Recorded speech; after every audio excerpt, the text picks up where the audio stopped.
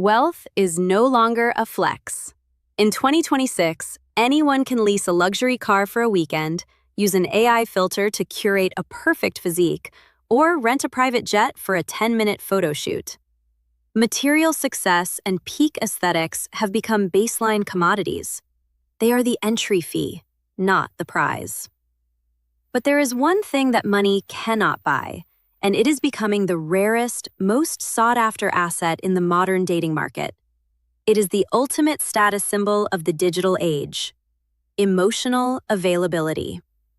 While the rest of the world is getting more detached, more ghost-prone, and more hyper-individualistic, the person who can stay present, vulnerable, and regulated is the one who actually holds the power. Today, we are going deep. I'm going to show you why emotional maturity is the new alpha trait, how vulnerability is actually a signal of high social dominance, and how you can master regulated transparency to build the kind of devotion that a bank account never could. I'm Lena, and this is the guide to winning the modern heart. Let's be real. We have hit peak surface. In the early 2020s, dating was often a numbers game: who had the most followers, the best fit, or the highest income. But by now, the market is saturated with people who look the part but can't play the role. Psychologically, we have developed what I call status fatigue. When everyone is trying to look high status, no one actually stands out. This is why you see so many high earners and objectively beautiful people complaining that they are still single or that their connections feel hollow. They have the hardware, but their software is glitching. The rich but robot archetype is officially out. Why? Because material wealth does not provide psychological safety. And in a world defined by AI uncertainty and digital noise, humans are biologically hardwired to crave safety over luxury. When you lead with your wallet, you're telling a partner you can provide for their body. But when you lead with emotional availability, you're telling them you can handle their soul. Guess which one is harder to find? Now, let's address the biggest myth in dating: the idea that showing emotion makes you weak. In 2026, it is the exact opposite. Think about it. Who is more dominant? The person who is so terrified of rejection that they hide behind a wall of sarcasm and a too cool to care energy?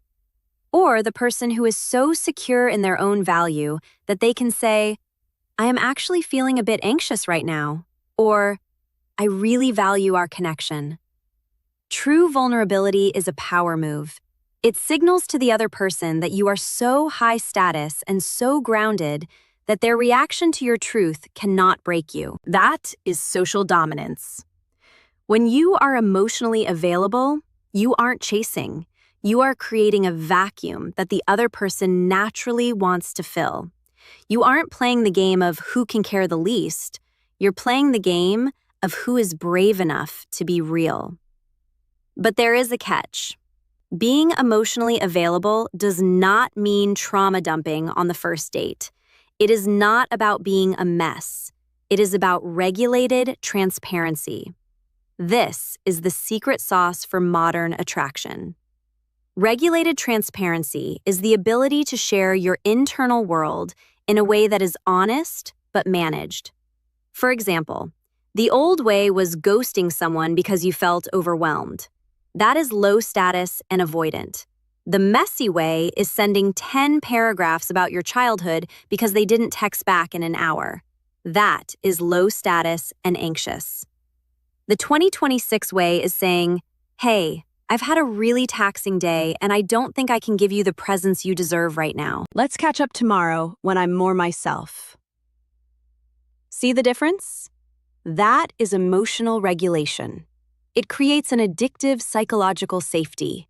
When a partner knows that you won't disappear and that you can communicate your needs without exploding, their nervous system relaxes.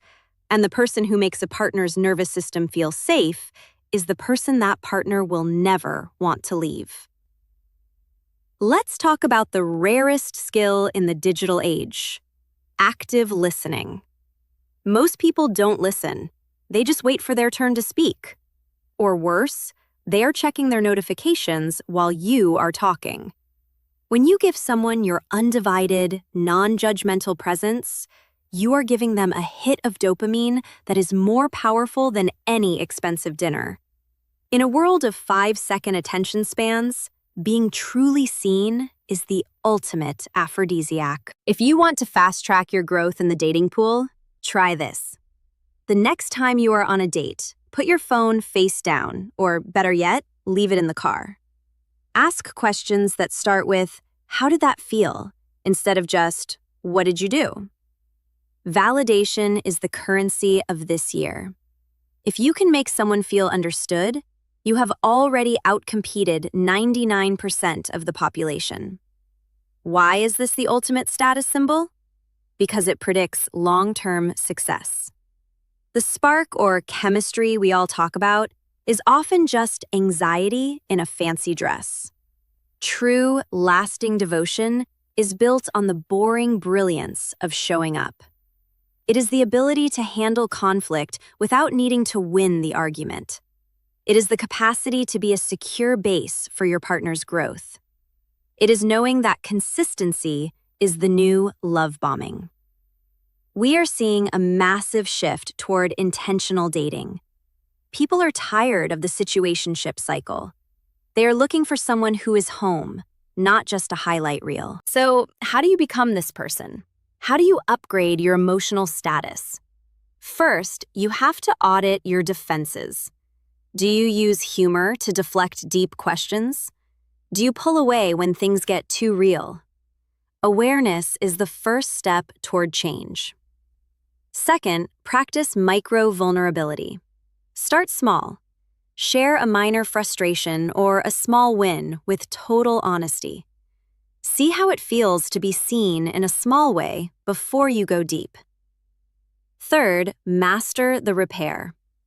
High-status people don't avoid conflict. They master the art of making things right. If you mess up, own it. Say, "I'm sorry, I was defensive there. Can we try that conversation again?" That sentence alone is worth $1 million in relationship equity. Finally, prioritize self-regulation.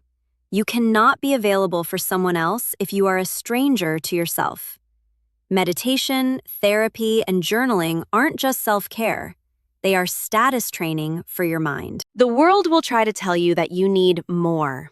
More money, more muscles, more clout. And sure, take care of your business, build your empire. But remember, you can build a palace, but if you aren't emotionally available, you will be living in it alone. The ultimate flex in 2026 is the courage to stay open in a world that wants you to stay closed. It is the strength to be soft. It is the status of being someone who is truly, deeply, and safely available.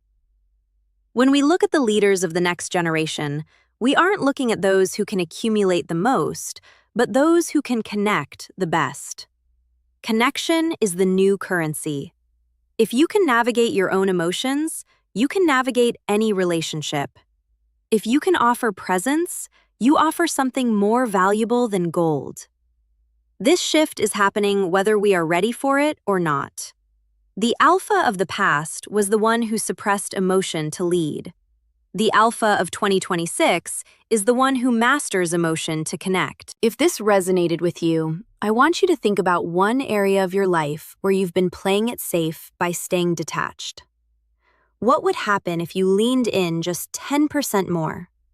What would happen if you traded your cool exterior for a bit of warm reality? The results might surprise you. People don't fall in love with your perfections. They fall in love with the parts of you that are human. They fall in love with your availability.